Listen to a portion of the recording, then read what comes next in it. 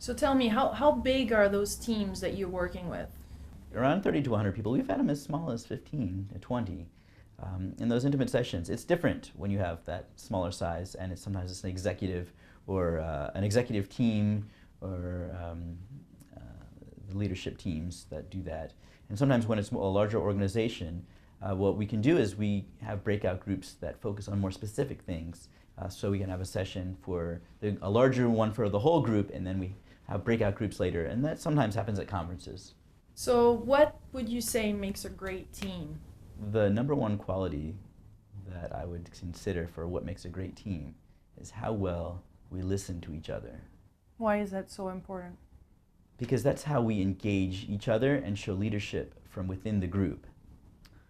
And what I mean by listening to each other is not just I hear what you're talking about. Mm-hmm. It means not listening until the person's finished so that you can answer them. Mm-hmm. It means truly considering what that person is trying to say while being aware of your own judgment of what they're saying and holding that at bay until you can really listen.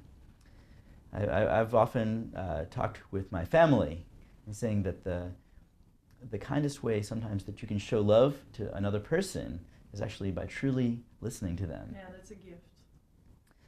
And we work on that. I work on that as a discipline every day of my life, certainly since I've started doing this. So that's the number one thing about what I try to impart through these sessions.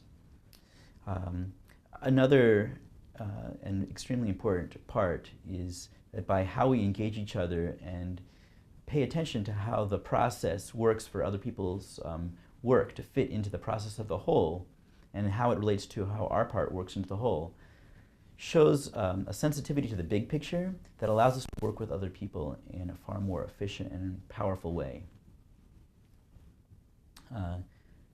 Paying attention to one's place in the whole of the group and paying attention to other people's place in the whole of the group and how that relates is the second, I don't want to say it's second most important, but is another extremely important aspect of the quartet approach. Mm-hmm.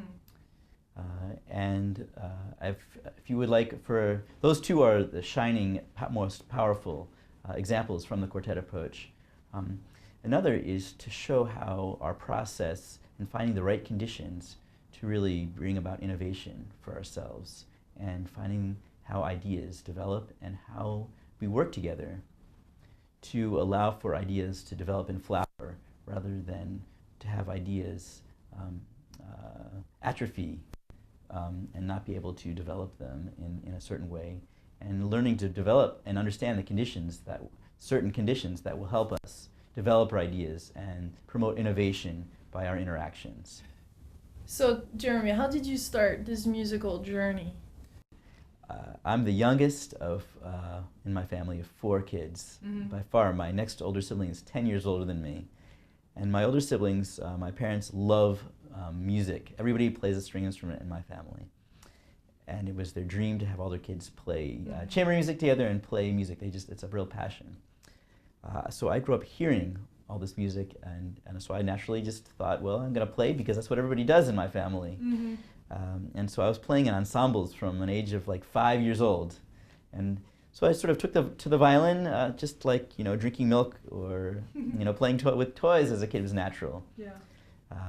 Although I was far the least serious as a child, growing up, about music. And I loved playing sports, playing basketball, playing football out on the street and with my friends. And I was always interested in the teamwork and how one team played better than the other. And sometimes the best players were not always on the winning team. Sort of I've grown up with that and had a strong interest in psychology my whole life. And I studied music in school and philosophy and things like that at university. And over the last few years, these passions, I've become a professional musician. I've worked professionally for the last 15 years as a violinist and violist and teaching. But I've begun to strongly develop my passion for how people interact with each other in teamwork, and combine it with my love of string quartets, which is a 4-person team playing music together, and some of the greatest music that I feel has been written by the greatest composers, and to combine it in this session that helps people understand the beauty of a string quartet and the repertoire and the music, and to be able to perform it to people that wouldn't ordinarily be attracted to it, and to show them what beautiful gifts this has for how people can interact and work in the world in general. So twofold, I'm helping people in organizations understand how to work better together, and also to bring a burning passion of chamber music in the string quartet to people that would never experience it before in a way that makes it very approachable to them. So actually, how do you apply this for singles or for people that are entrepreneurs, like they're kind of the lone rangers? How actually do you get from being a lone ranger to being part of a team and wanting to be part of a team and knowing that this can make a huge difference? I think that the long-winded answer is that we need to find people to meet who we can learn to trust, to vet our ideas, so that we can express them so we understand them better for ourselves. Ultimately, we're social people, and the ideas that we express, we need to get them out so that they're not just in our own minds. And I think that a lot of the social networks that are happening on the internet are a wonderful example of how people are reaching out to each other. But just to find other people that could be a trusting ear to understand what we're talking about is important for solo entrepreneurs to develop their ideas so that they don't feel alone, and that their ideas may be worthwhile or not worthwhile. They don't know until they can really express them and sort of develop them. So would vulnerability, I have a hard time to say this word with my French accent. Yes. Yeah, that would be very important, right? Because a lot of entrepreneurs are very strong. So being vulnerable and opening up and sharing ideas with others, sharing ideas with your team is a major quality. Absolutely, and it's important to sort of set those ground rules. I mean, vulnerability is a very delicate thing, and if somebody is expressing vulnerability and then someone else steps on it, even if they don't mean to, it's inadvertent. They say a comment inadvertently that just crushes the spirit of the person trying to express themselves. It's important ahead of time, and we work on this sometimes, if depending on the session, to set ground rules. The psychologists call it social norms, to make sure that the environment psychologically is safe, so that we can be vulnerable and express what we want, and that somebody won't step on that either because they want to appear smart or inadvertently because they weren't listening carefully.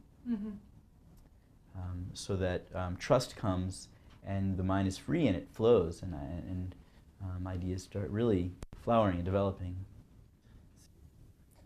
So how can people, companies reach you so that they can start the Quartet approach within their company? What is the best way to reach you? You have a website? The best way is to come onto my website, which is www.quartetapproach.com. Okay. And on the website, there's a contact form. And we're very responsive, and we'll set up a time to talk and meet about your organization's needs. It's a wonderful new adventure and teamwork. Yes, it's been my pleasure talking with you. Thank you. Nice to have you. Thank you for watching. This was Live a Juicy Life with Jeremy Gershfeld, the founder of the Quartet Approach. So if you want more information, please visit his website, quartetapproach.com, or go to liveajuicylife.com. Much love.